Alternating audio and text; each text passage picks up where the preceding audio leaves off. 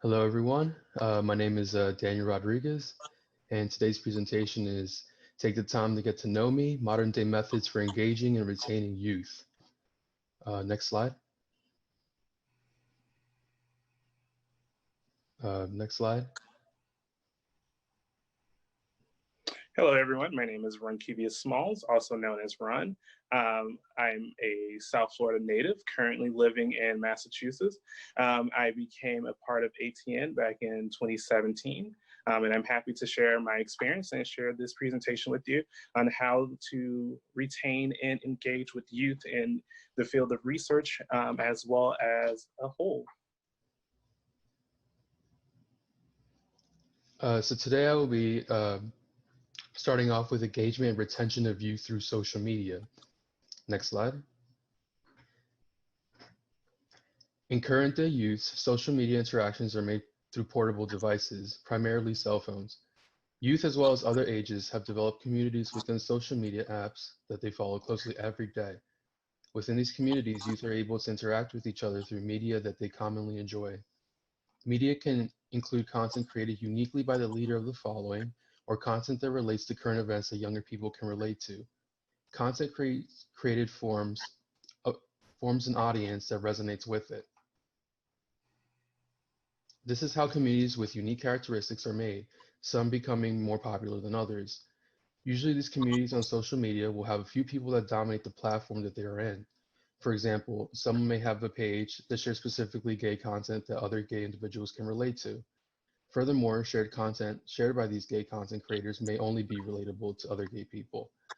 All groups of people do this, and through the years, these communities have become identities for not only youth, but social media users in general. As we continue with the presentation, I will go into some of the social media platforms that are currently popular in the young adult demographic. Next slide. First, we have Twitter, a popular blogging site that people can share news on, as well as personal opinions and media content. Twitter has grown to see the evolution of various groups that many young people can identify with. For example, fans of K-pop, quote-unquote Korean pop, follow pages that share videos of their favorite groups and solo artists. They interact with each other through blogging, often interacting with other communities as well, always making it clear that they are K-pop stans. They make it clear that they are K-pop stans by the media they share and the profile pics they use, which are similar in content. Groups like these are very close-knit, and oftentimes friendships can be made in real life through finding out that another is in the same community. Researchers can reach out to popular pages, often run by a single person, to provide resources for sexual health aimed towards their younger audience. Youth can be encouraged by the page leaders to engage amongst themselves to follow through with studies and other activities planned by researchers. Retention of youth will always be there, as long as they feel like they can do it together while keeping their identities. For example, gay individuals can blog about their good experiences in clinics, which could encourage youth to do the same. Page leaders could also make it clear that they can answer questions that youth may have in obtaining sexual health information. Next slide. Next, we have YouTube, probably the most famous platform of social media currently in use. YouTube offers a variety of content to people who enjoy different things. Youth tend to follow pages of people that align with their own developing beliefs. Followers will interact with others in the comments, talking about the video posted and how they may relate to it. This form of interaction has created huge communities where people will often interact with each other, talking about the same video they watched. Researchers can contact content creators that have a large youth audience in an effort to get them to support whatever research they may need. Videos can start off with a very short survey that people can take, helping researchers find which pages have these large younger audiences. Also, when people are creating videos, they can ask their audience what they may think about certain topics.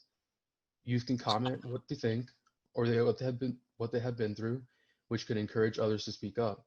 For example, content creators can ask what youth may think of sexual health information available to them, which they can respond to. Retention is higher in this situation because many people will do activities together out of the love for their content creator. Next slide. Next, we have Twitch, another popular video app that focuses on live stream. These live streams tend to be gameplay videos of whatever game the streamer chooses to play. The live streamer will play a game on their device, and others will be able to watch and comment on their performance and the game in general. Many young people have been using this platform to live stream popular games, creating a community that revolves around them. For example, two people may play and stream the same game, but their audience will be completely different. In short, people will follow streamers not primarily because of the game, but because of the streamer themselves. Knowing this, researchers can contact streamers whose audiences are primarily youth. Researchers can ask them to advocate for their sexual health information and studies. Youth would then be much more likely to be involved and informed simply because their most famous streamer is speaking out on it. Retention of youth could then be achieved through simple consistency of the streamer. The streamer remains focused on their content, adding in information youth, which they can then follow through the years as they please. Finally, next slide. Finally, we have TikTok. TikTok, which was once known as Musical.ly, is a social media platform that has recently grown in popularity amongst younger people. This platform shares videos like YouTube, but these videos tend to be short and many times interactive. For example, a video will be made and the space on the side will allow others to create a video of themselves interacting with the first video made. Communities already made have interacted with each other in this way, creating a special environment where groups of people interact when they formerly would not have interacted. Popular content creators also exist on this platform. Just like YouTube, researchers can reach out to these content creators with a larger, younger audience. If the content creator is willing, they themselves can become passionate, providing their audience access to sexual health information. Youth who would like to do the same can unite with their favorite video creators, engaging by making videos of their own experiences with it. Overall, communities exist with these social media platforms that contain the younger adult demographic. Sexual health information and studies can be shared with them through contacting growing content creators and their pages. Of course, some may want compensation, but many times this is a small price to pay in order to reach out to a very large audience. Many content creators care very much about their followers and vice versa. Many talk to each other every day, while others provide mental relief through the content they share. If one is able to get one of these content creators invested, then reaching out to the audience will be much easier than finding them one by one. With that, I finished my part of the presentation on engagement and retention of youth through social media, and we'll be switching over to Ron Schwarger. All right, so I'm going to be talking about retention and being able to grasp the attention of youth. And so one of the things in which I've noticed in my career is being able to grasp the attention of youth using events. When I was working with the University of South Florida, one of the things in which I did was I had theme events on a monthly basis, and then they consisted of different things where it was like a pizza palooza or a candy night or a game night or even karaoke night. And through those events, we were able to get you to come in to the clinic, be able to share our different services with them, while also being able to gain access to youth without having to actually go out in the community ourselves.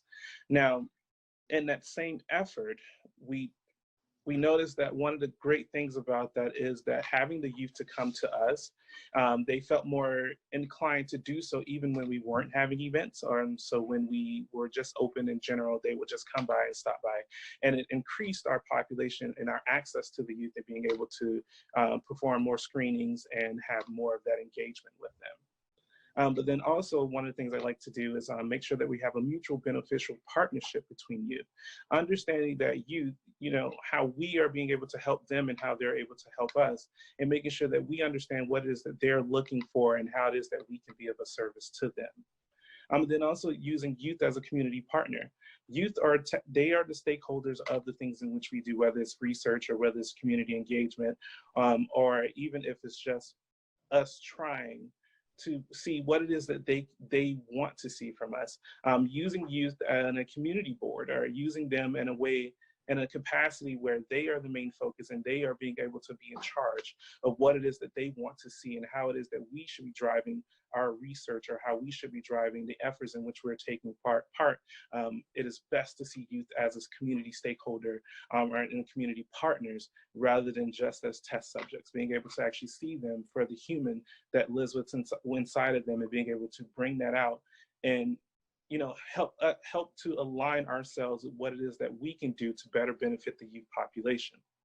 Also, meeting them where they are. So earlier, I know I mentioned like we have events so that way we don't have to go out into the community, but one of the things that I do find very awarding is being able to go out and understand where do youth hang out.